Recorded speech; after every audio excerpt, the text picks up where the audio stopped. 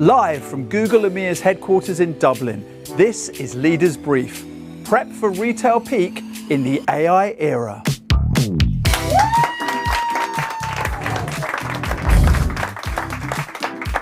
Welcome to Leaders Brief, where we are preparing with great gusto for retail peak in the AI era. This is the show where industry leaders share their thinking with you.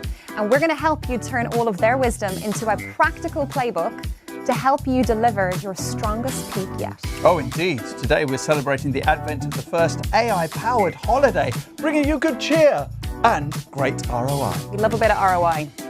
I'm Sarah Byrne, Director supporting agencies and investors right here in EMEA. And I'm Nihal Arthanayake, and we are live from Google's EMEA headquarters in Dublin.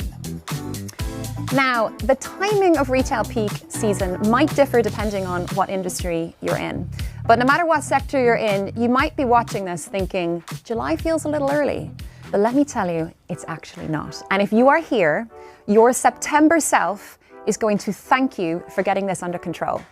For one of our panelists, peak season is in fact a 365 affair, but for all of them, it is absolutely top of their summer to-do list. So to inspire and equip you to realise your boundless ambition, we're joined by some hugely successful companies who share their ways to guarantee growth. Coming up shortly, our exceptional panel, starting with Sébastien Pichon, Global Media Director, Wholesale at Essilor Luxottica, owner of brands including Ray-Ban and Oakley. Next up, we have Mike Ryan, Head of E-Commerce Insights at SMEC. And last but definitely not least, one of our very own, Lauren McSherry, Head of Shopping Partners from Google EMEA.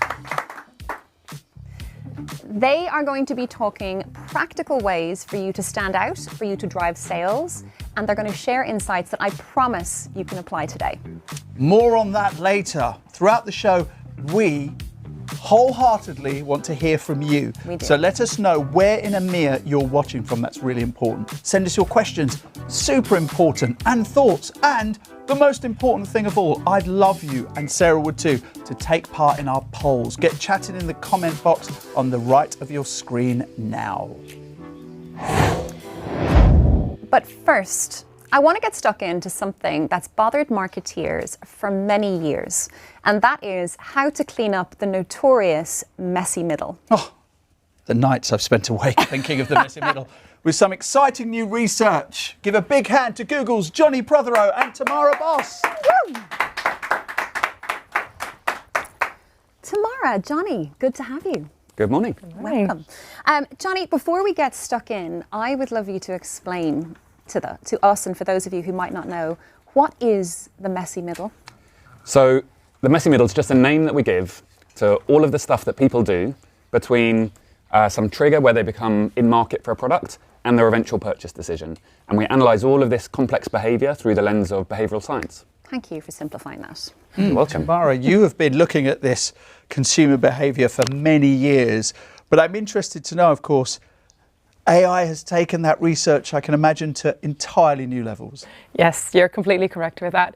So technology is not only changing the way consumers shop online, but also how we as researchers look at that new evolving behavior. It allows us to do research at depth and scale we could have previously only have dreamt of, meaning it's a very exciting time to be a researcher as well. Perfect. Now, let's take a deeper dive into that.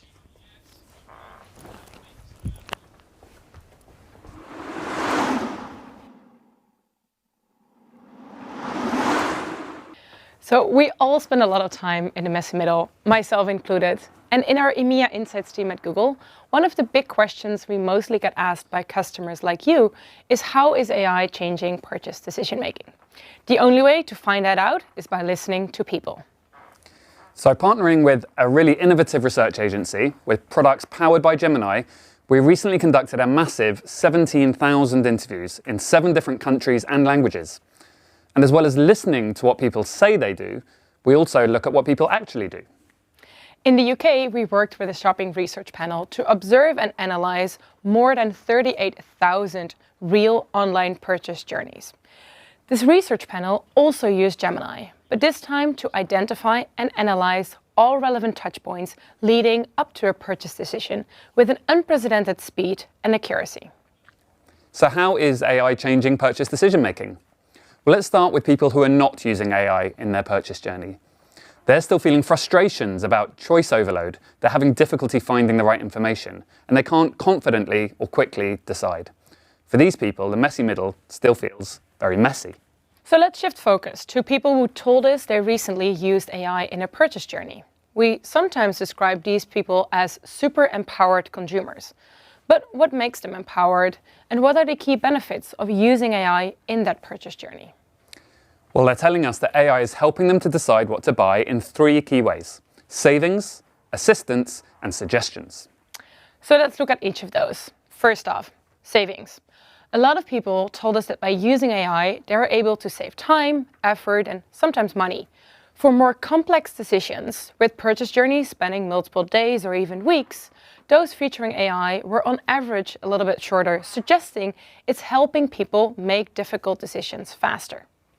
The second benefit is assistance.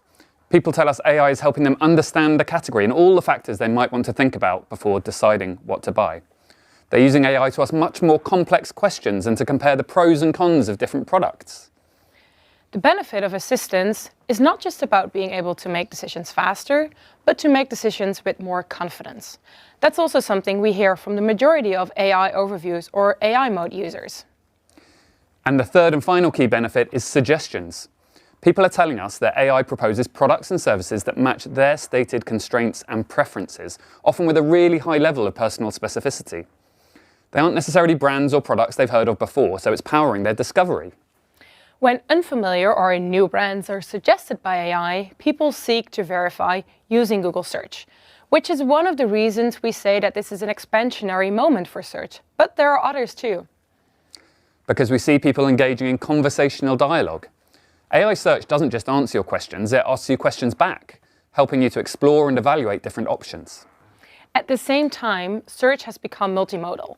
People are now searching with their voice, their cameras, as well as searching for what is visible on screen.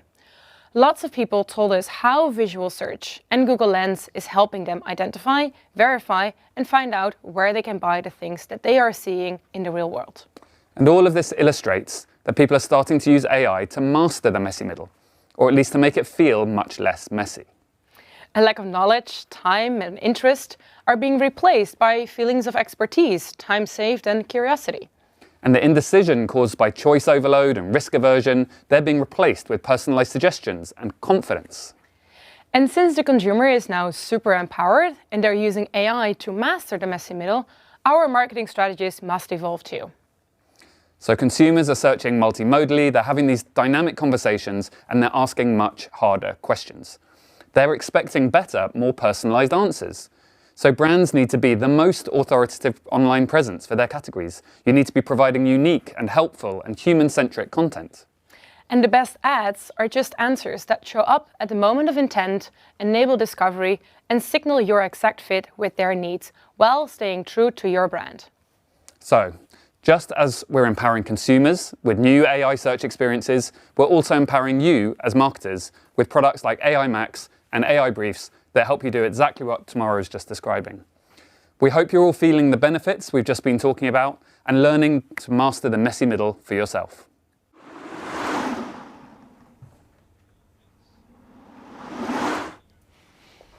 The messy middle explained and sorted by the brilliant Tamara and Johnny, everybody, come on! Thank you so much. And to you at home, we love bringing you this show. Please help us shape future leaders' briefs by letting us know what you think and what you want. The QR code for our super quick feedback form is on screen now. Now, the reason we do Leaders Brief is to give you what you actually need to achieve your wildest business dreams.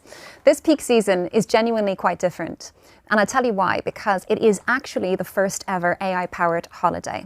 This year, shoppers won't be trying AI. They will, for the first time, probably be relying on it, which means you need to be set up for success. You need to ensure that you have high-quality product feeds to capture those complex queries, for example, as customers search in whole new ways, as Johnny and Tamara said. But you're also going to need to know that your marketing moves seamlessly from capturing that first discovery moment all the way through to purchase. And so AI becomes your full funnel powerhouse. But if you know anything about AI at this point, you'll know that good AI means good data. And so your data strength and your measurement foundations need to be solid. So for that, Google Tag Gateway and Data Manager become your friends because they fix patchy signals. And we'll be covering a lot more in the rest of this show. So what else are we going to be doing? We want to explore how you can do a few things, how you can hack your customer's wish list using demand gen as your discovery engine, and how you own the shoppertainment shift. Yes, Nihal, I said shoppertainment. It's a thing. Love that word. We're going to be talking shoppable video ads on YouTube. And of course, we want to help you unlock the extraordinary potential of YouTube creator partnerships. So if you want to unlock peak this season with AI, we have a plan. And we have a plan that helps you unlock the full power of the Google ecosystem using demand gen as the cornerstone of growth, paired with AI Max and PMax, of course. Now, if you're thinking, that's a lot of demand gen, there is a reason why. So last year, on average, 68% of demand gen conversions came from users who did not see the brand's ads on Google search in the 30 days prior to converting. And crucially, demand gen users say it's best helping them reach audiences at a really efficient cost. And when I say efficient, for point of reference, I'm talking 1.3 times that versus Meta, or 1.5 times that versus TikTok. So clearly we have a lot to cover, and thankfully you won't be just listening to me, because we have some of the best brains in the business here to do just that. So our panelists are going to help you approach peak with the excitement that I think you deserve. So let's welcome our fantastic panel. Introducing the man who's given retail a whole new look. It's Sébastien Pichon, Global Media Director at EssilorLuxottica, the powerhouse behind the world's most iconic eyewear brand. Using cutting-edge technology, EssilorLuxottica has redefined eyewear, selling over 7 million AI-powered smart glasses worldwide in 2025 and making over 7 billion euros in revenue in the first quarter of 2026 alone. Now that's what you call 2026 vision. Next up is our e-commerce connoisseur, Mike Ryan, Head of E-commerce Insights at SMEC. Mike turns millions of data points into insights that generate big bucks for big brands. Working with the likes of River Island, Look Fantastic, and basketball's finest, the Miami Heat. Mike delivers specialized strategy that keeps retailers off the bench and in the game. Slam dunk! And finally, it's Google's very own Lauren McSherry, Head of Shopping Partners across EMEA. The force behind Google's CSS Partner Program and Education Hub, Lauren shapes the digital shopping experience one ad at a time. So if your shopping basket's mysteriously fuller than planned, you know who to thank. Guys, welcome to the sofa. Great to be here. It is so good to have you. I am so excited to talk about all we have to talk about today. Sébastien, I'm going to start with you, if that's okay. So EssilorLuxottica is quite clearly an extraordinary company in that you have the most incredible assortment of brands, but not only that, product lines, different verticals. I mean, you're playing in every imaginable space. So when you think about peak, I'm curious to know, what does that mean to you?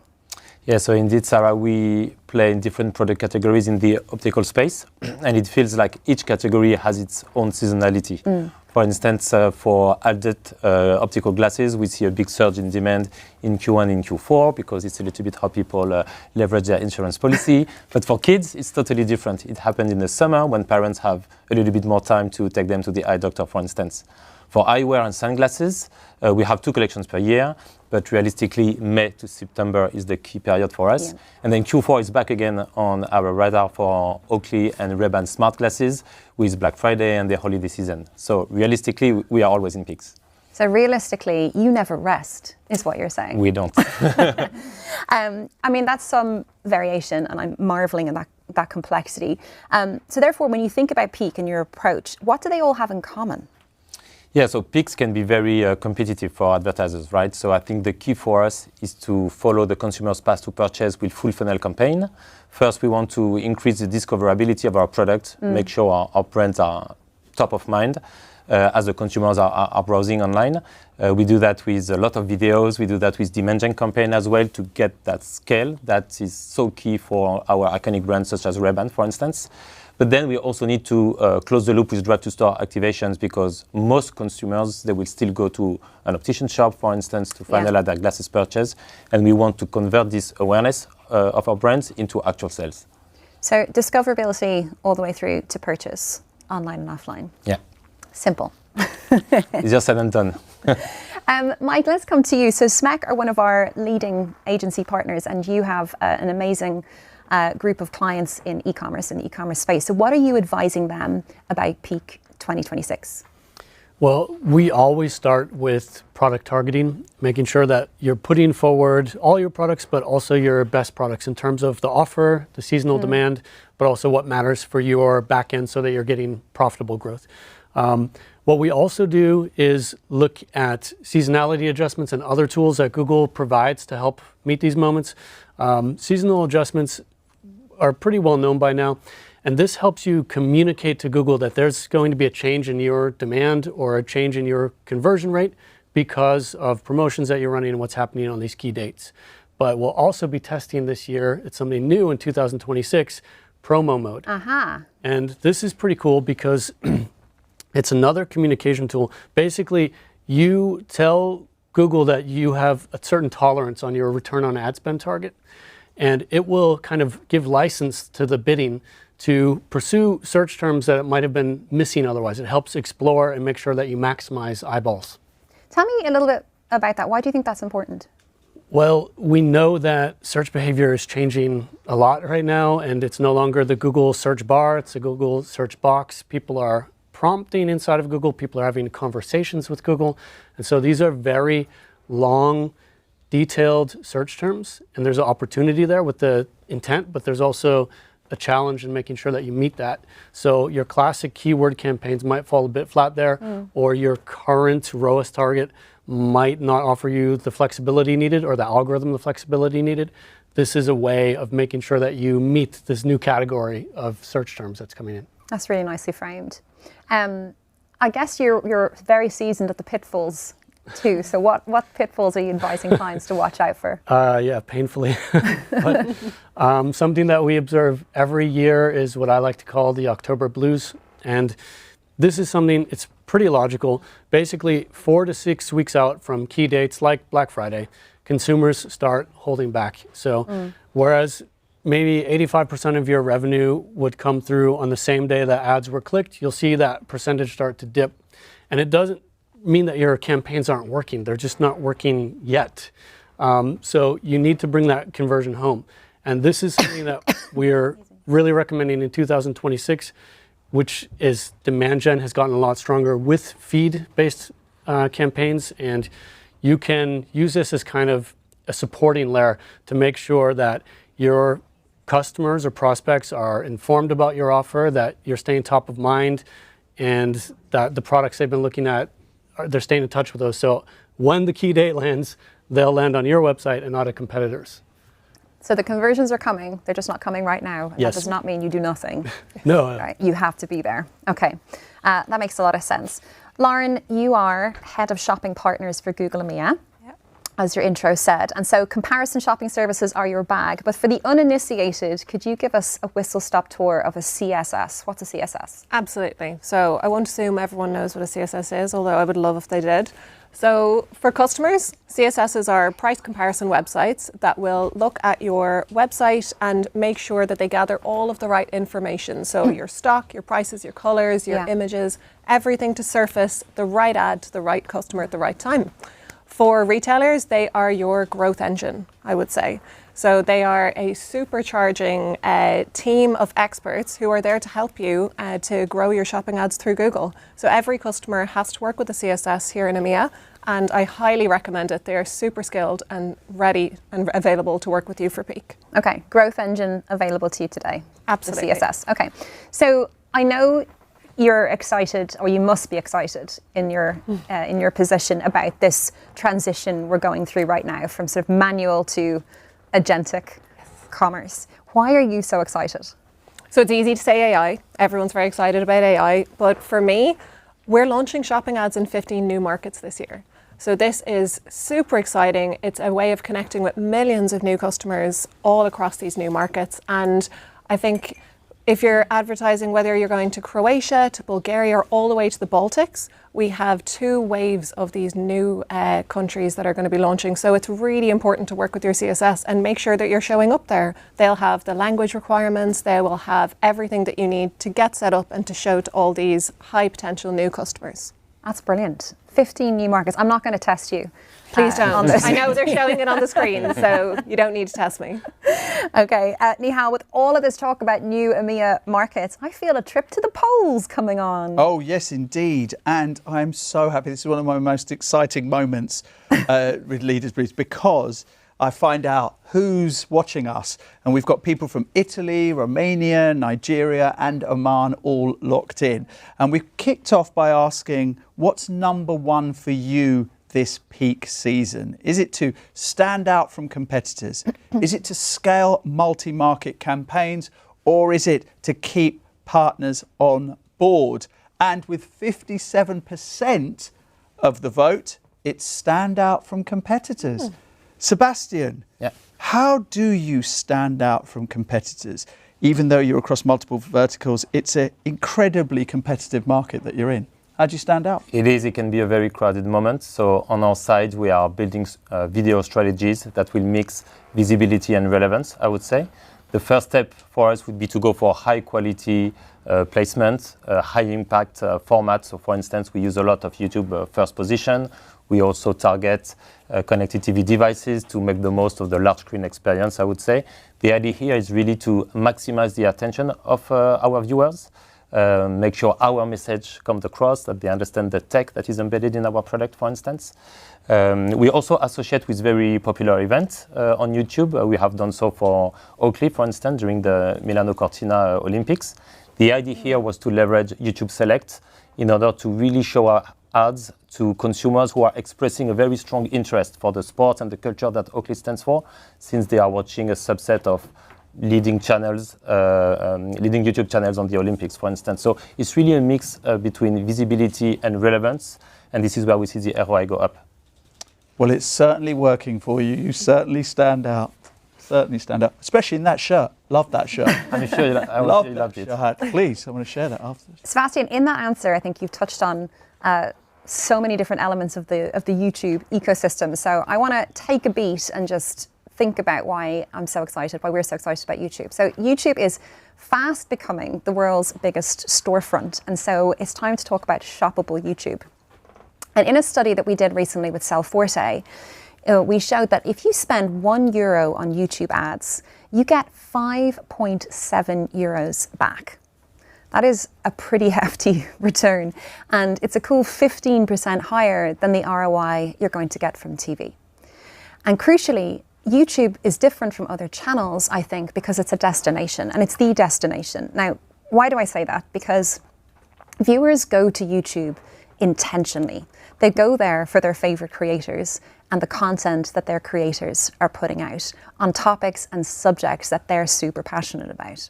And in fact, 78% of US viewers say that YouTube's creators are the most trusted for product recommendations.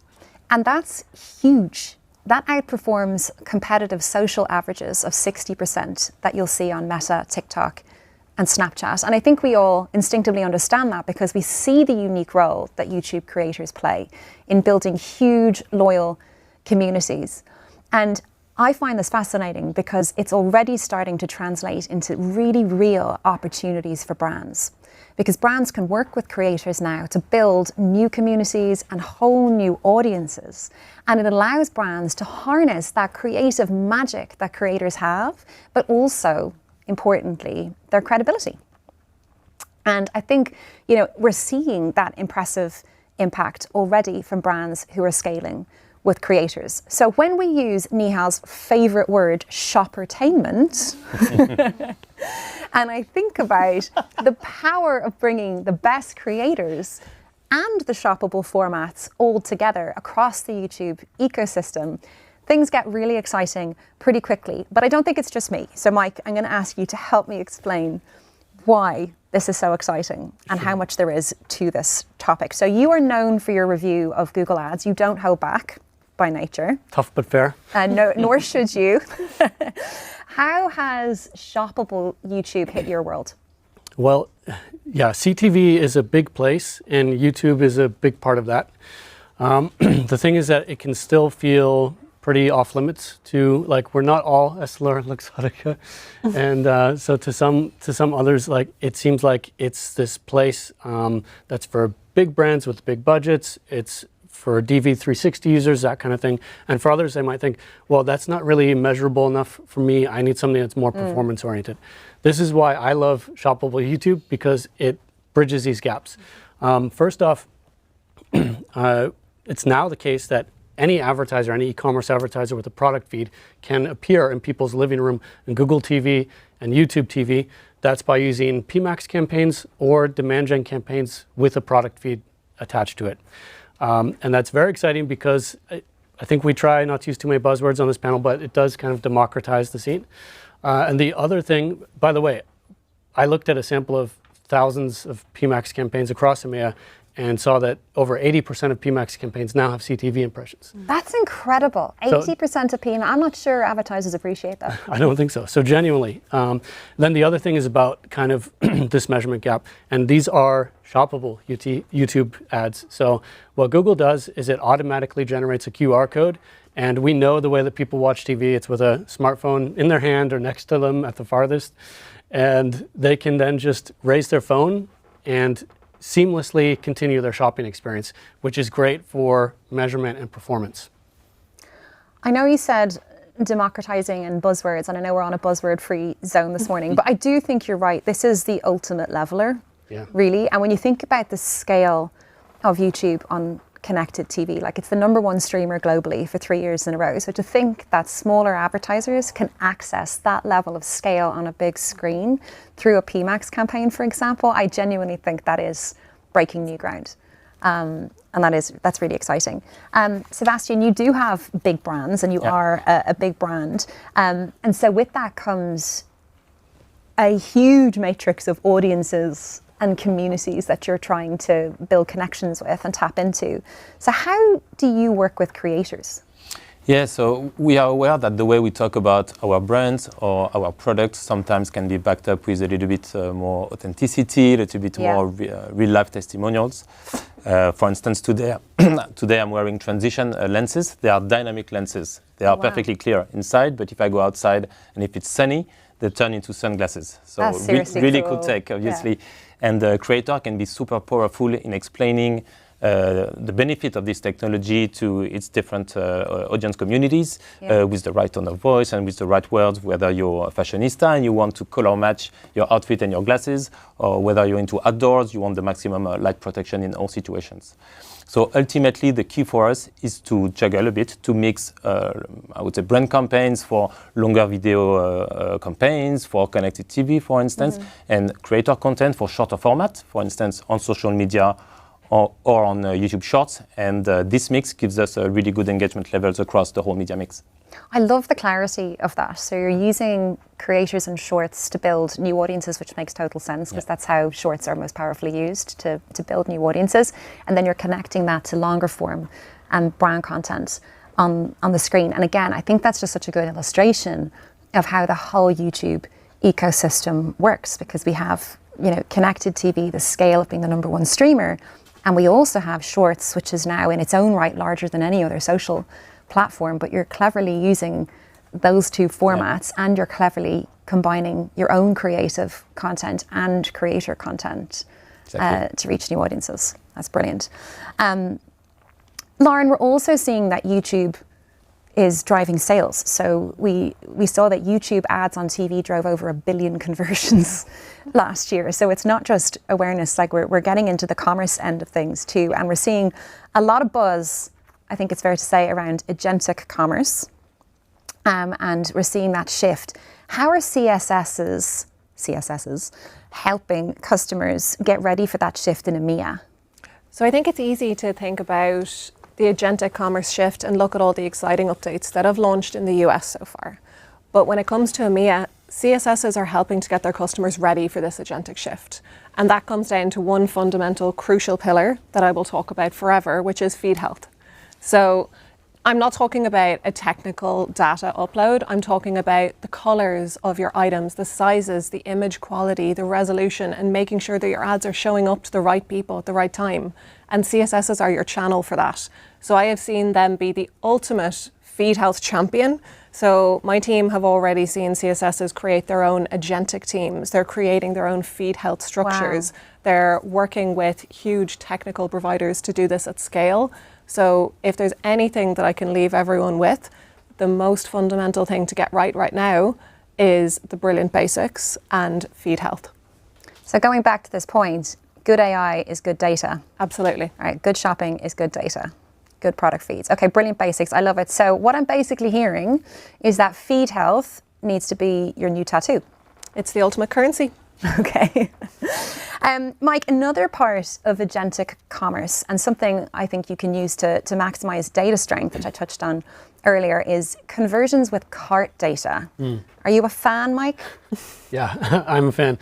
I've been a fan of this since it was a little baby beta years back, and actually, our advertisers, we have over 50% of them have implemented this now, which I think is a very high benchmark that I'm really proud of. That's huge, 50%. Yeah, more over than half, yeah. Wow. But just to explain what it is, it might sound a bit nerdy or detailed, but basically when you have your standard Google conversion tracking, and Google and you get to know which product got clicked on in an ad and what was the order value.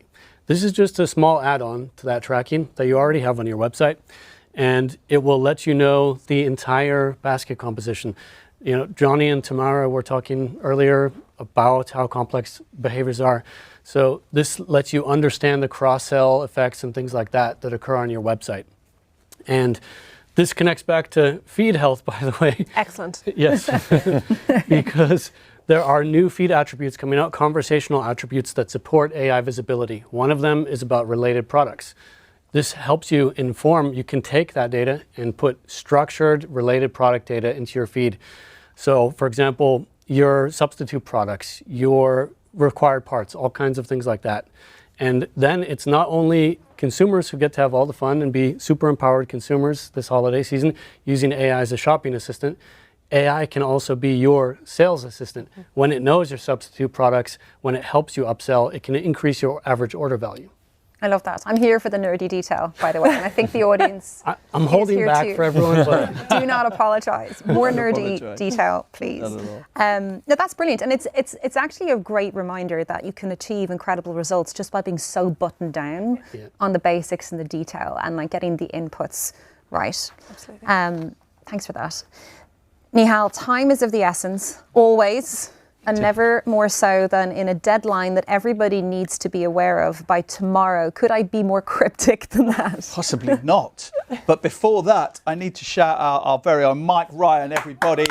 And the reason being is, of course, we are in the presence of an international award nominee. Mike's agency, SMEC, was shortlisted in the international growth category at the Google Impact Awards last year. Now, applications for this year's awards, this is, of course, what Sarah was cryptically hinting at, they close tomorrow. And there are 6 categories, so click on the QR code on screen now and get to it. And I fondly remember revealing the results of the worthy winners in the first ever Leaders Brief show, so get cracking. Now, I want to thank you all at home because we've been getting some interesting questions recently, and I'm going to pose those to a couple of our very special guests, starting off with Sebastian and the theme of control, which I know is dear to Essilor Luxottica's heart. I have no idea if it's close to your heart as well. We'll find out after this. Here goes. Okay, Google Ads, Sebastian, is moving towards black box automation. As performance marketers managing serious budgets, how do we ensure data integrity, clear attribution, and granular optimization without losing control? And then I've got a follow-up question for you. But let's deal with that one first. Thanks for the question. So for sure, control is a hot topic for us. We have a strategy which is to own and control our data because we want to be able to dig to understand what was the best in our campaign. So we stay in this dynamic of ongoing improvement. We're also careful with automated optimization of the creatives just because we want to talk about our tech, our product in a very specific way. With that said, we do use algorithm-based campaigns. We've mentioned Performance Max a few times. And these campaigns, they do give us really good business results. They give us roughly up to 50% more drive-to-store conversion than classic search campaigns at a cheaper cost. So ultimately, I would say we are comfortable with automation, comfortable with algorithm, as long as we remain on top of all the major investment decisions. But we're here to provide advice to everybody that's watching. So I'm intrigued to know, how can a company use specific levers that marketers still truly control? How can companies use this to create a real competitive advantage, Sebastian? So I think for us, the starting point is to really understand where our ads are showing, to have this balance between visibility and relevance. So that will be the first item that we will be looking at. And of course, there is the whole topic of ROI. Sarah. I would love to chip in on that, right? So I think it's interesting, Nihal, the way the question was framed around AI solutions becoming more black box, because I think our direction of travel is actually glass box. I think we're moving towards transparency. I think you see that with PMax already, and we're moving in that direction for AI Max too. But on the lever of control in an AI context, what was missing from what you just said, Sebastian, for the right reasons, I think, was budget. And I just want to talk about budgets. It was a dirty word when I was at agency, in my agency days. But it's really important because I think if you think about basically how AI works, these algorithms are designed to go out and find you sales that you would not have found yourself, right? So by design, they're going out further into the open ocean to fish in places that you're not familiar with. And so as you're doing that, the guardrails fundamentally change, right? You have new KPIs, you have different measures, but using budgets in an AI context to control a campaign just seems really outdated to me, right? It'd be the equivalent of, having a shop and having 100 people outside your door and saying, well, it's closing time, so we're going to shut the door. And so I think the idea of working with budget as a primary control lever is outdated. And I think you have to sit down as a team now and think about, for your new AI campaign types, what are the guardrails, and get comfortable with like a whole new control framework, if you will, versus what you might have done in the olden days. But Nihal, I'm clearly riffing here, and we could have an entire episode on this topic. So what else are the audience asking us? Well, Mike, the next one's for you. Why don't you like the word shoppertainment? Sorry. I'm not allowed to ask my own question. Sorry. I'm going to ask an actual one, but we'll get to that afterwards. What signals and first-party data inputs have the biggest impact on AI campaign performance today, Mike? Well, I think there's a concern that comes up about key dates like Black Friday. It's an economic concern. Is this actually incremental? Is this creating new demand, or is it just concentrating existing demand into this tight time period with a lot of competition, a lot of discounting, feeding frenzy vibe, which I think is fair. But first-party data is your way out of this situation. Because there's a couple of things you can do. Google has different bidding modes available. You can do new customer only bidding to make sure that you're just reaching new people. This is something new from last year, so 2026 thing. You can add exclusion lists to PMax to make sure who you're targeting, that you're just not reaching existing customers. There's also better bidding modes like about high value customers, and these things all depend on first party data. The other thing that you can do, Lauren's going to like this because it's in your merchant center, but there are merchant center promotions. You can have loyalty offers, you can have new customer offers. And so this is a way, these are tactics that you can mix and match because you can't neglect the existing customer base unless you have incredibly strong brands and those people are so loyal to you. You've got to keep reaching them, but then you can also focus on the more incremental side as well. I mean, this is super empowering. It's incredible the amount of information that you can now have. Talking of super empowered, Sarah. Lauren. Right. We're just going to throw this around the sofa. Lauren, there's clearly endless preparation going into peak, and we're all sitting here talking about what you do before the event. But I'm really curious for you and your Google team, what happens when it's over? What do you do after peak? So the real answer is that it's never over. So peak is 365. That phrase was coined here in Dublin. But we started planning peak back in February. So from a retail leadership team standpoint in Google, we meet on a weekly basis and now on a daily basis. Already. And even at that, we probably could have done it earlier. So it's getting earlier and earlier every year, and it's always on. So I think that's the biggest takeaway here, like making sure that you are always thinking about it. But I am in Google and we love doing things in threes. So I'm going to give you an answer in threes if that's all right with you. So the first is, look at last Q4 and all of the previous peaks and look at them as your learning lab. So this is the highest activity weeks and months. Use that data. That is amazing wealth of data that you have at your disposal that you can leverage to make better informed decisions going into this year and pair it with this year's insights. The second, surprise to none, I'll call it fuel, but it's really feed health. So you need to fuel the AI, and to do that, you need to have the right data in it. So again, not a technical data upload. This is just making sure that everything in it is as rich as possible so that you're reaching the right people and that the right products are surfacing. And the third is CSSs are a competitive advantage. Use them wisely. So we have incredible CSSs with incredible knowledge on how to supercharge your retail campaigns. And we also have a partner program for CSSs. So for customers, you have amazing flexibility and choice on what CSS you decide to work with.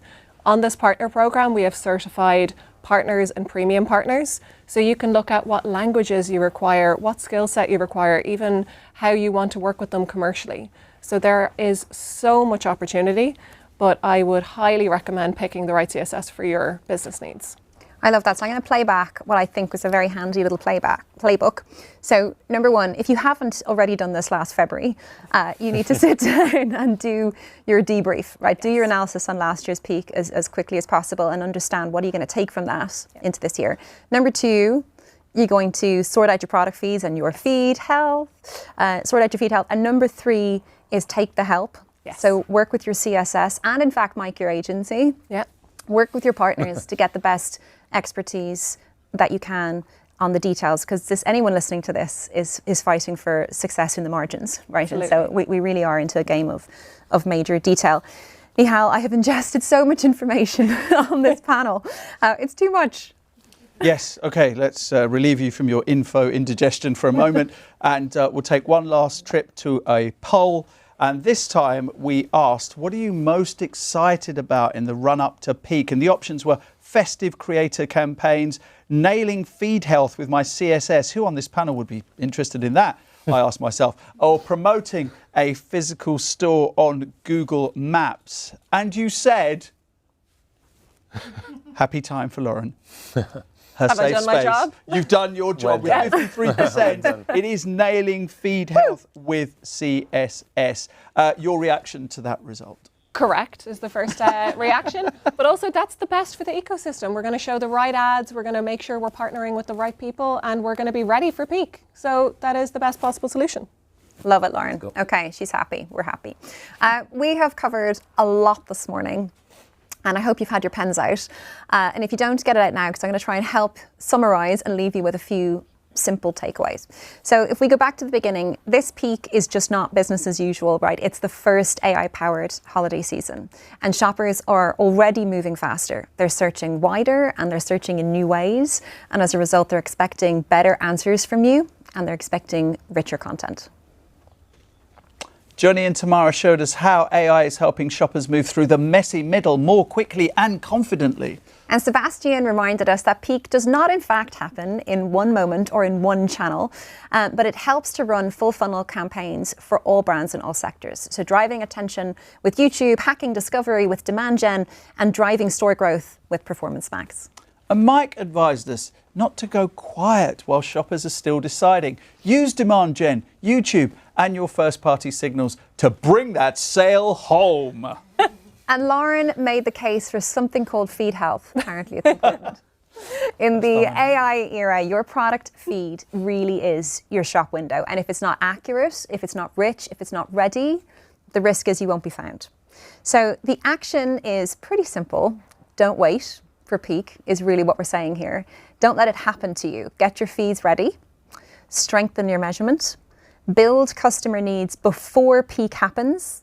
And obviously use Demand Gen, AI Max and Performance Max together, and that's the key point, to meet shoppers wherever their intent shows up, whether that's search or YouTube or shopping. Doing that is the way you drive maximum ROI for the business. Super simple. And if you want help putting that into action, next week we're running a 3-day AI Summer Bootcamp. 3 60-minute expert-led deep dives covering the latest tools, features and best practices across measurement, search and YouTube. So sign up now via the QR code on the screen. Peak is coming soon, but there is still time to build your plan, adopt the tools and put AI work for you. So it just remains really for me now to thank again our brilliant panel, Sebastian Pichon, Mike Ryan, Yes. and of course Lauren McSherry. Yes. We've had a fantastic morning with you. Thanks so much for joining us, for interacting in the chat box, and of course getting involved in our polls. Have an excellent rest of your day. Keep your feed health healthy, and we'll see you very soon.